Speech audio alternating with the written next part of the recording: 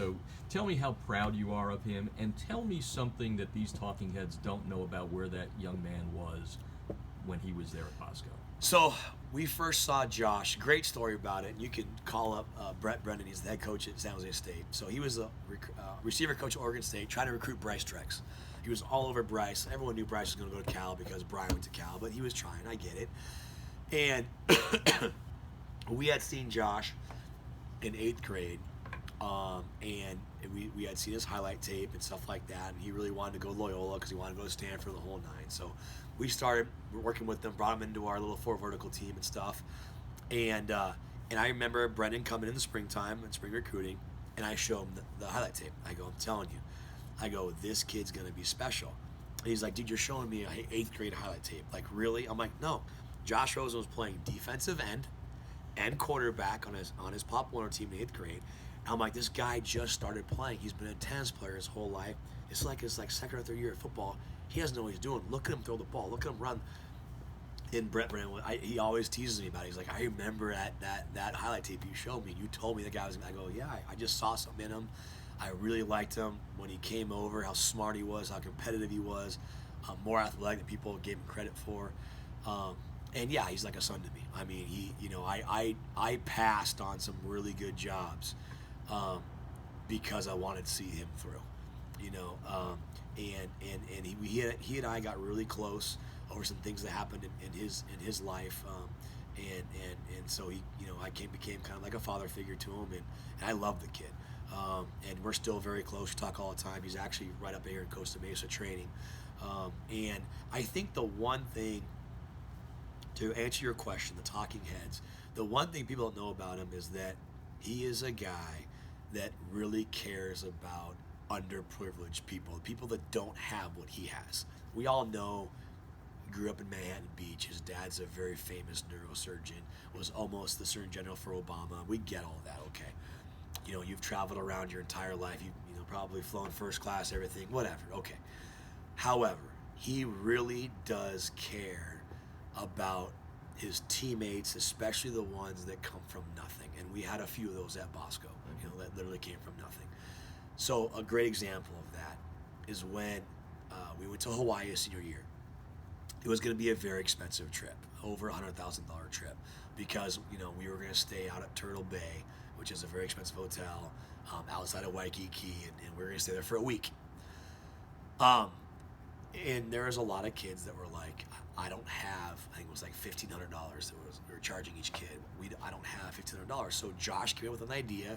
One of his buddies who was already in college was selling these discount cards. He was making money on it. So the kid went around apparently to the local Subway and pizza place or whatever in college and made a discount card. And, 2 for 1 slice of pizza, free Subway sandwich after you buy 3, whatever it was. Mm-hmm. And he was selling for $20 and blah, blah, blah.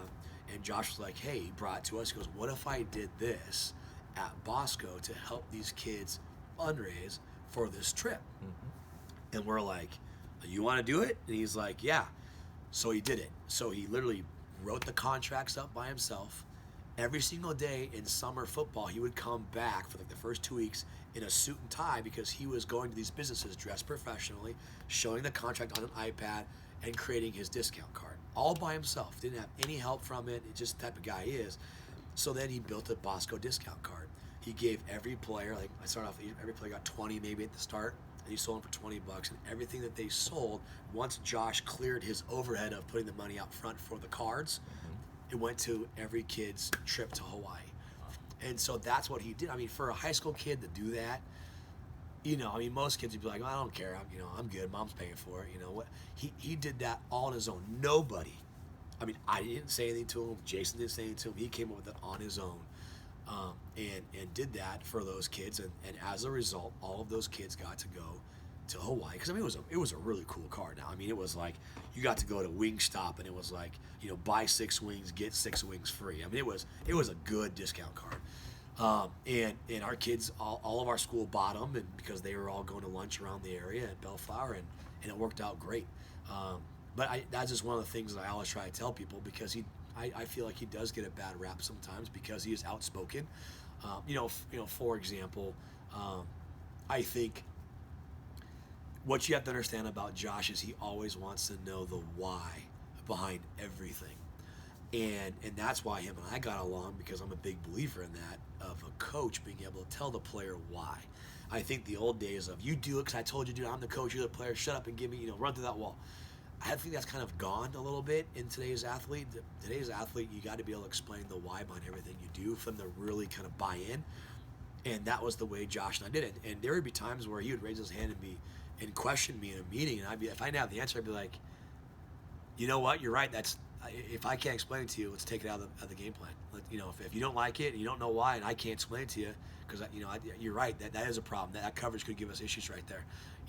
It's good, take it out. And that was something that we didn't catch as a staff in developing the game plan Saturday and Sunday, that he would catch on a Monday, and that's how smart he was, and we would take it out.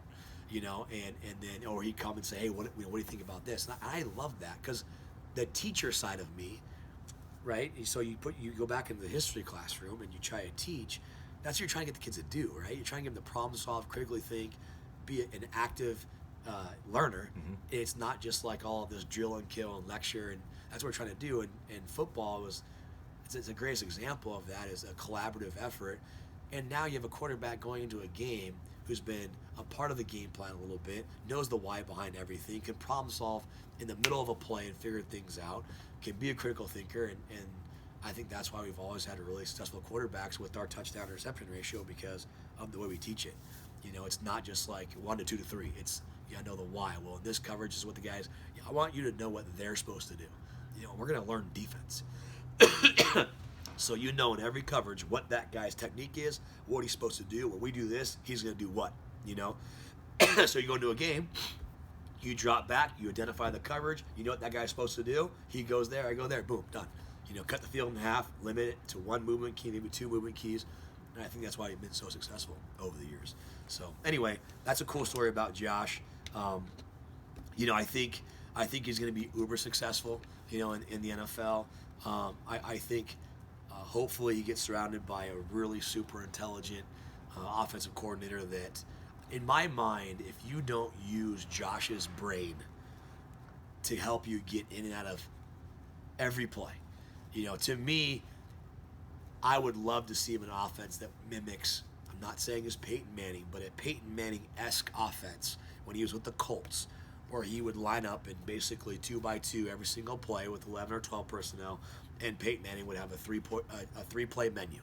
And you see Peyton Manning identify coverages, sniff them out, bluff the defense into faking a check to get him out of a coverage.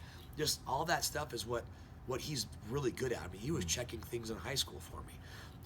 Seeing blitzes, checking things, checking run plays to this, and he's just a really smart guy that you can do that with. I think that if you did that with him in the NFL, first of all, you get the best Josh. Because if you told Josh, shut up, do what I tell you to do, you just call the play, it comes into your headset, you're not going to get a motivated Josh. You're going to get, bummed Josh. If you tell him, hey, these are the 3 plays I want you to run, we've worked on them all week long, defense 1 goes to play 1, or defense 2 and 3 go to play 2, if you gave him that, and then, he looked at the defense, analyzed it, okay, I'm going to play 3. Kill, this is the play we're running. I think he'll be super, super successful.